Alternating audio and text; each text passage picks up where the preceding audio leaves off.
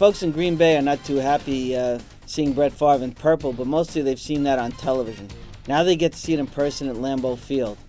And the Vikings are among the most hated teams in Wisconsin, just like the Bears are. And people up there have taken to calling them the phony Favres. And you've seen all kinds of signs about Benedict Arnold Favre. And that kind of stuff will be at the stadium on Sunday. And I think Favre expects some of that. Favre can expect to get a lot of boos because he's in Vikings purple. But he'll get plenty of cheers, too, for people who remember what he meant to Green Bay and what he did for the Packers. Remember, he won a Super Bowl for them, their first one since the days of Vince Lombardi and Bart Starr. So I think it'll be kind of a mixed reaction toward Favre, but it won't be so mixed if he winds up leading his team to victory. I think that Favre's not the kind of guy who's going to get too nervous about circumstances, and who's more comfortable playing in Lambeau Field than Brett Favre. I see the Vikings having a pretty good edge there, actually.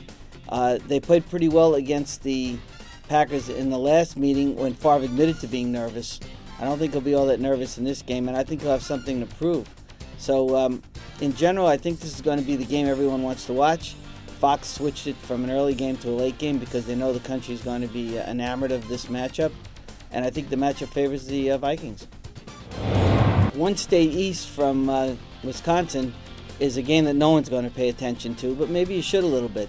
It's the Rams, who are 0-7, against the Lions, who have won their one game for the season, perhaps.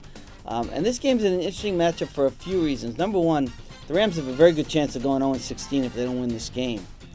And the Lions, who went 0-16 last year, the first team to ever do it, would not mind having a little company in that club, a club that they created.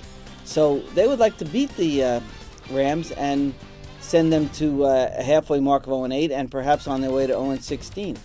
It won't be a pretty game, that's for sure. There probably won't be very much offense in this game.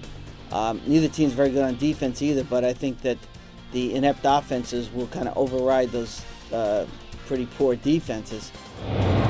Another great rivalry game this weekend, and a very important game in the NFC East. The Giants are visiting the Eagles. Both teams are coming in a little bit desperate. The Giants have lost 2 in a row. They've shown some holes in their secondary. They're not running the ball all that well. Eli Manning was confused by the Cardinals' defense. Yes, the Cardinals' defense last week. Now he faces an Eagles' defense that blitzes a lot more and could be even more befuddling than any other defense in the league, pretty much. So the Giants have a little bit of desperation on their side. So do the Eagles, because if they lose again, they'll be 4-3 in a division where the Cowboys are starting to play a little bit better. Their chances of winning the division could be pretty strongly gone if they lose this game. So a sense of desperation, a sense of it being kind of a New York-Philadelphia day in the city of brotherly love. A lot of interesting stuff going on in South Philly, and a matchup between two teams that really need to win.